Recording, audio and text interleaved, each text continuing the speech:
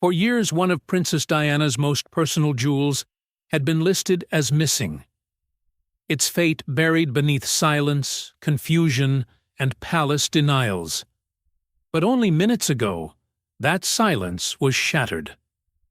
Prince William opened a private strongbox belonging to Queen Camilla and found Diana's lost emerald necklace resting inside. He did not shout. He did not summon the household. He simply lifted the necklace, stared at it, and realized that someone had been hiding the truth from him for nearly 3 decades. Before we go deeper into what this really means for the royal family, make sure to subscribe so you do not miss a single update. William had entered Clarence's house expecting numerical corrections after a routine audit of objects originally catalogued under the Spencer Family Trust, the private inheritance structure that held Diana's personal estate separately from her royal possessions. That audit led the prince toward a secured dressing room used only by the queen consort. Camilla was elsewhere, and the silence around her rooms made every step feel heavier. The strongbox resisted at first. William opened it, moved a folded silk scarf, and found a velvet case hidden beneath it. Inside rested the emerald necklace that had vanished from Diana's private collection shortly after her death. Unlike crown jewels, which belonged to the monarchy rather than one person, this was a personal possession expected to pass to her sons. It should never have been there. William froze. He pressed his thumb against the central emerald and found the tiny scratch Diana had described one winter afternoon when he was 9, after a clasp slip during a charity luncheon. That detail ended every doubt. This was not a similar necklace. It was hers.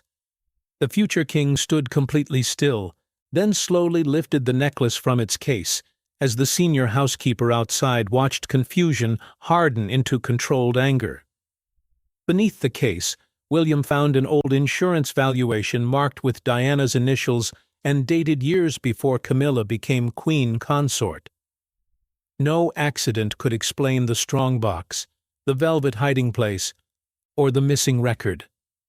William slipped the necklace into his coat pocket, closed the case, locked the strongbox again, and ordered the housekeeper not to let anyone enter the room. When an aide asked whom they should contact, the prince answered with one name: Charles.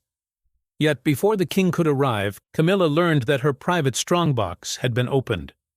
The necklace had returned to Diana's son, but to understand why its hiding place felt like betrayal, William first had to confront what the jewel represented to every person now trapped inside the scandal.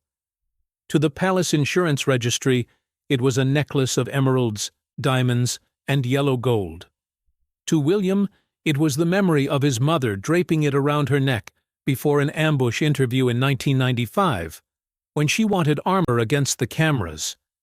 To Camilla, its presence inside her strongbox carried a meaning she had never explained. And to King Charles, the jewel threatened to reopen a chapter that he had spent decades trying to seal beneath duty, ceremony, and silence.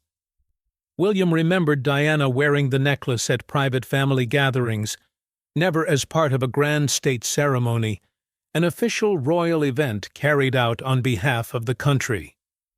This jewel belonged to quieter moments. As a child, he had once watched her clasp it behind her neck, while warning him never to lose anything placed in his trust. The discovery cut deeper than ownership.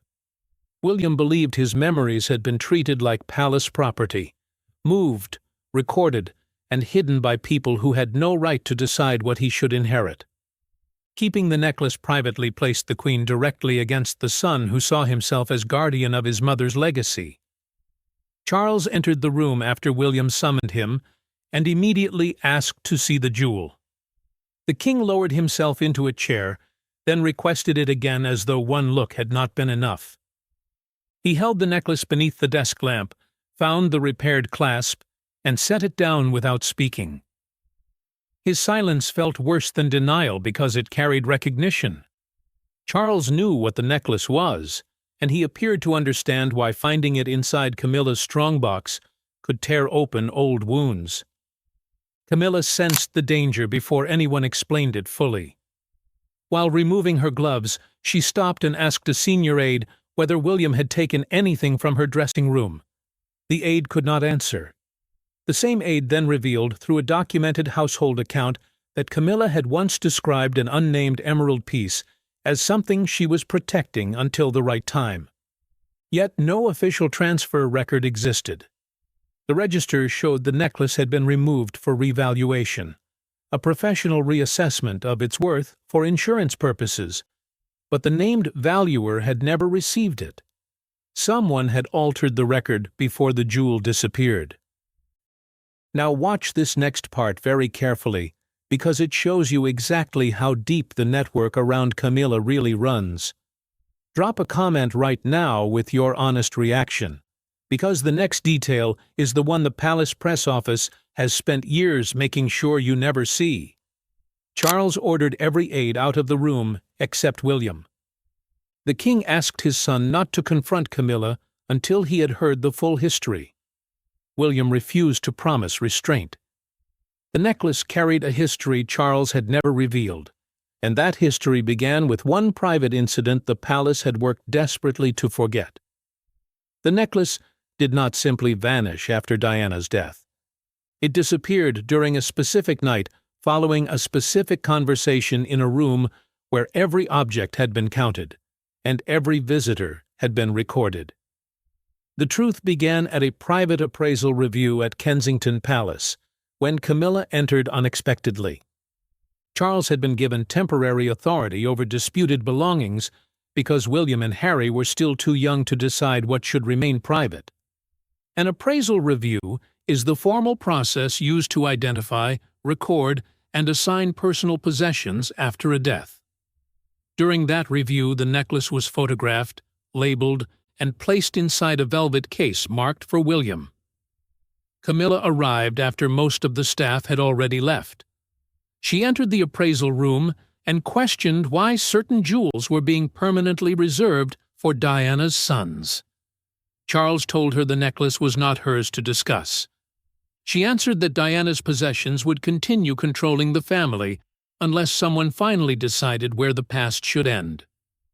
A former household official later described the exchange in a documented account, remembering how Charles lowered his voice and ordered the remaining staff out. His attempt to contain it created the perfect silence for the necklace to disappear.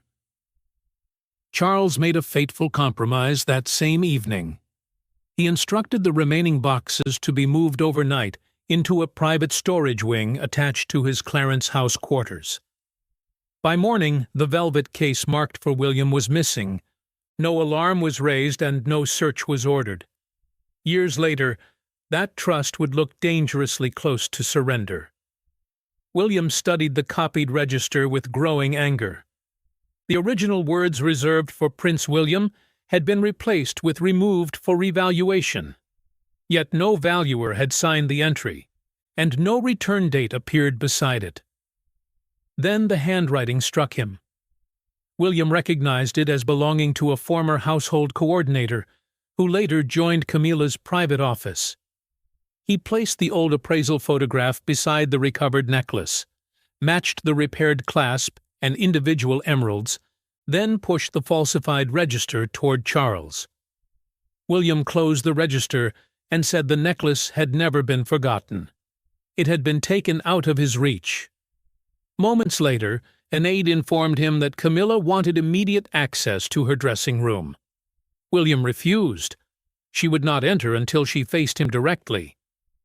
The paperwork established how the necklace disappeared, but only Camilla could explain why it remained inside her private strongbox. There were no advisors seated between them. No private secretary prepared a statement. William entered the king's library carrying Diana's necklace in its open velvet case.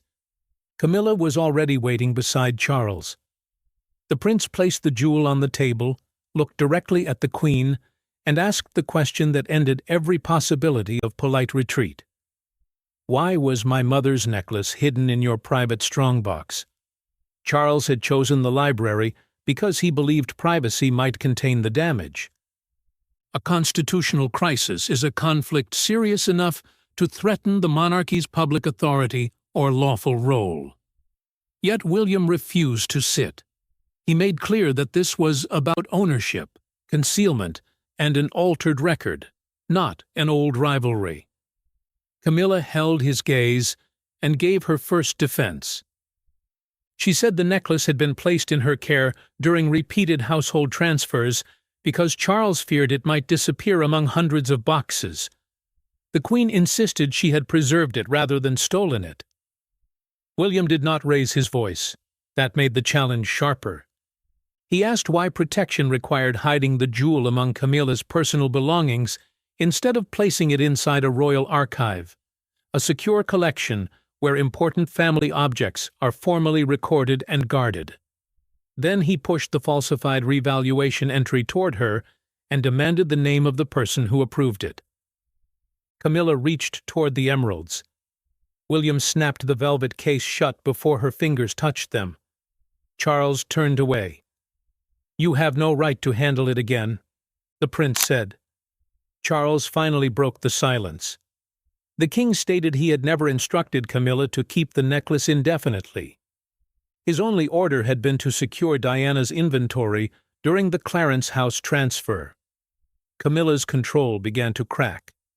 Pressed by William, she admitted during a private recorded conversation that she had retained the necklace after discovering a handwritten note from Diana. The message requested that the jewel be given to her son before his first child was born. Charles recoiled. He asked why the note had never been shown to him. Camilla answered that Diana's words would have entered another defining family moment and placed her memory between them again. She had feared what the message might awaken. William stared at her without moving. The necklace, he said, was now only half the truth. He demanded Diana's note, the original appraisal, and the names of everyone who had helped bury both. For years, one person could hide a necklace. Only a network could hide its history. By the afternoon, William's questions had moved beyond Camilla's strongbox and into the machinery of the royal household itself. At the center stood a troubling truth. The secret survived because several people believed protecting Camilla's position mattered more than carrying out Diana's final wish. William used his authority as Prince of Wales and Diana's direct heir to order an internal review, a formal examination of records, staff actions, and past decisions carried out inside the royal household.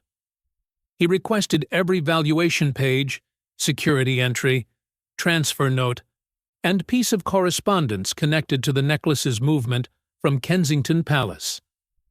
The balance of power quickly became dangerous. Camilla controlled her private staff.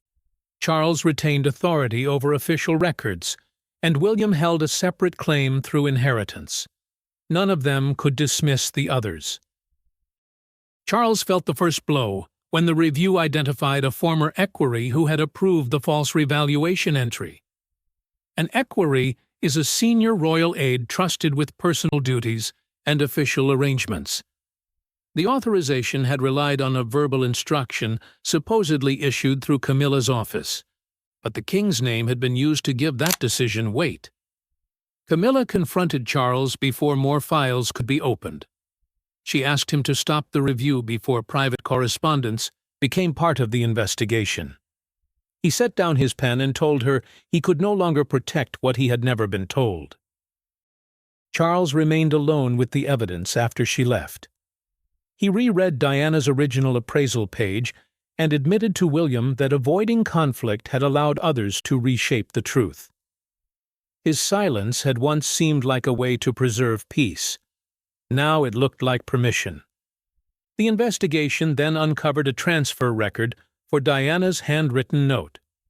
2 days after the appraisal review, the green envelope had been delivered to Camilla's private secretary. Beside the instruction, "Retain privately," were the Queen's initials.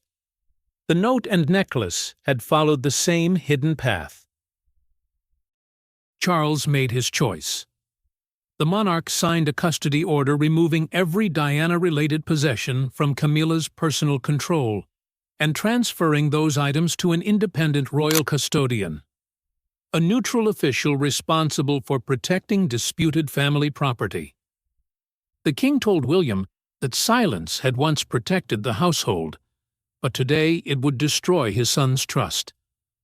But here is where the story takes a turn almost no one saw coming, and it is why Camilla is now facing something she cannot spin with a hand-picked press release.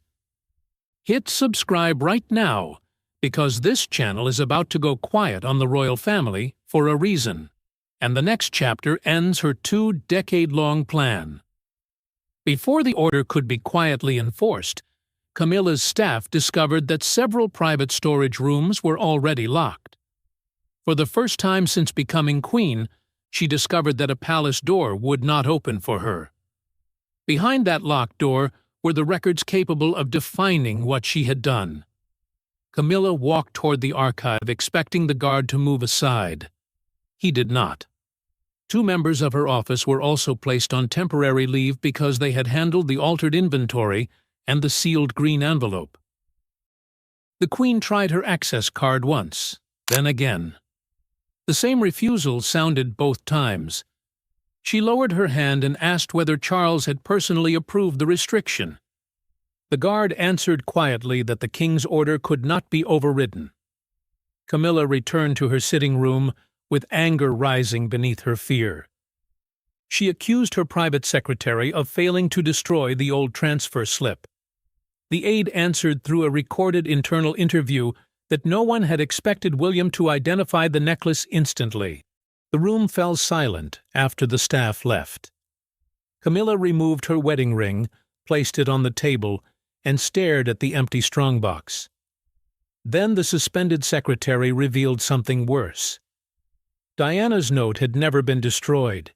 It had been moved into a locked correspondence box bearing Charles's old Prince of Wales cipher, a personal emblem used on letters and records from his years as heir to the throne.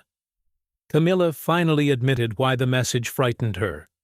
Diana had written not only about the necklace, but about William, his future marriage, and the danger of allowing resentment to decide what he inherited. The queen knew the letter could expose motive as clearly as the altered register exposed concealment. William received the news without relief.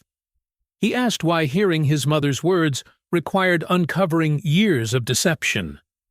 His sadness was controlled, but it carried more weight than anger. William then made one request. He asked Charles to enter the locked correspondence room with him alone, without Camilla, lawyers, or aides. Charles and William entered the correspondence room alone. The king carried the old key. His son carried Diana's necklace. Inside a faded green envelope were the words withheld from William for years. Charles unlocked the correspondence cabinet, while William checked each numbered box against the transfer record. A correspondence cabinet is a secured place used to preserve private letters and sensitive family papers. Neither man spoke. Now they were searching together for a message that should never have been hidden. The green envelope appeared beneath old household correspondence. William recognized Diana's handwriting before he touched it. His name was written across the front, and her personal wax mark still sealed the fold. Charles spoke before the seal was broken. The king told his son that he should have protected every item intended for him. He admitted that exhaustion, guilt, and fear of another family conflict had become excuses for surrendering responsibility. William answered without anger. He said his deepest pain was not simply that Camilla had possessed the necklace. It was that Charles had allowed Diana's memory to become something people negotiated around rather than honoring directly. The king asked him to read the letter aloud. William began steadily. Diana wrote that the emerald necklace should pass to her future daughter-in-law before William's first child was born. She wanted the woman marrying into the family to carry the peace that symbolized grace under fire. Then his voice broke.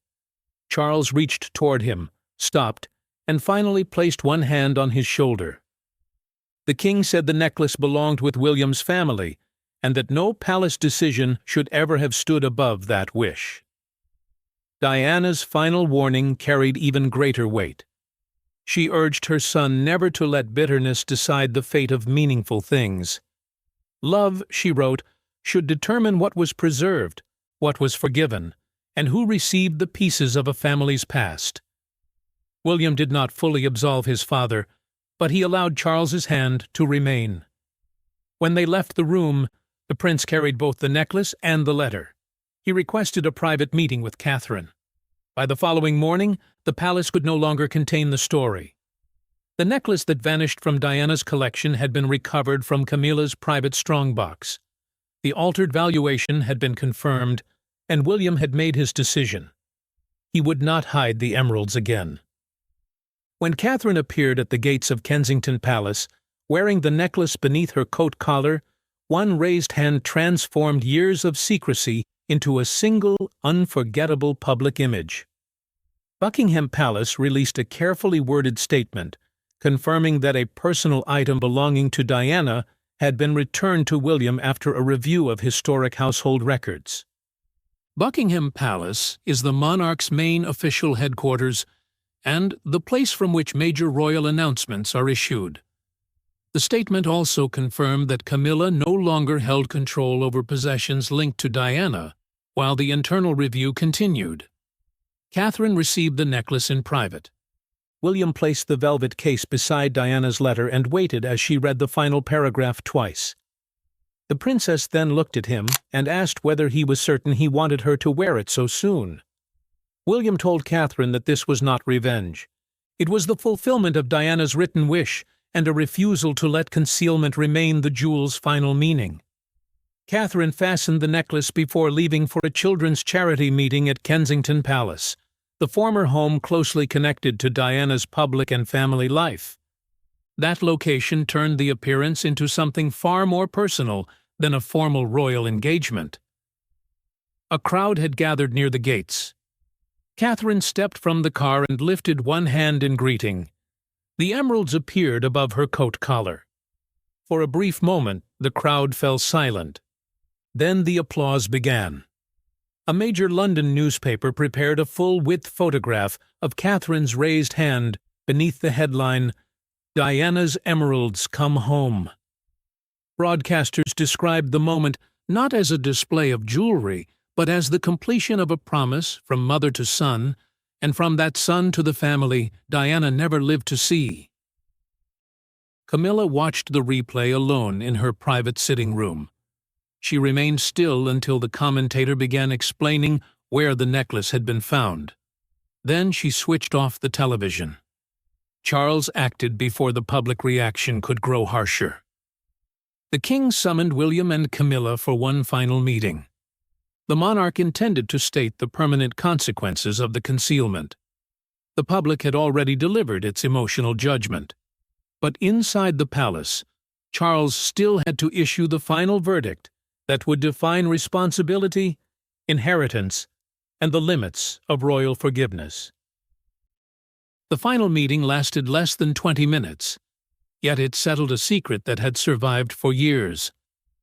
Charles entered carrying the completed review. Camilla sat with her hands folded, while William placed Diana's necklace beside her recovered letter. There would be no more altered records, private explanations, or hidden strongboxes. Charles opened the internal review and read the conclusion aloud. An internal review is a formal investigation carried out inside the royal household to establish what happened and who was responsible. The necklace had been removed from the Kensington appraisal without lawful approval, falsely listed for revaluation, and kept privately despite Diana's written instruction. The king confirmed that the jewel belonged legally and personally to his son. The prince would register it within his family's private collection, protecting it for Catherine and their children. Camilla finally spoke through the recorded closing session. She admitted that Diana's presence had continued shaping the family long after her death. She said she had believed hiding the necklace would weaken the past, but instead it had given that past greater power. William did not offer easy forgiveness. He told Camilla that regret could not restore the years in which his mother's wishes had been ignored. Yet the future king also refused to turn the necklace into a weapon. He would preserve Diana's memory without using her possessions to continue another cycle of punishment. Charles accepted his own failure. The monarch stated that Camilla had concealed the jewel, but his lack of oversight had allowed the concealment to survive. By avoiding conflict, he had created a deeper fracture. Peace, without truth, he admitted, had never been peace at all. The ruling was final. Camilla would hold no future role involving Diana's jewelry, letters, memorial arrangements, or private legacy records. William confirmed that Catherine would wear the necklace on meaningful family occasions before it eventually passed to Princess Charlotte, keeping the emeralds within the direct family line Diana intended. Camilla rose without touching the necklace. William remained behind, closed the velvet case, and carried it through the door to Catherine. She placed Diana's letter above the emeralds and locked the case. The recovery did not erase betrayal, but it ended the disappearance. Diana's message reached her son. Charles faced his failure. Camilla lost control over the legacy she had tried to contain. William chose remembrance without revenge. The strongbox was empty. The record was corrected. And Diana's emerald necklace was finally where she had intended it to be. Not hidden inside the past, but carried forward by her son, his wife, and the family built from the love she wanted him to find. If this story pulled you in the way it pulled me in, share it with one person who needs to hear it, and subscribe because the next installment will show you what Camilla actually does next. And it is the move the palace press office does not want you to see.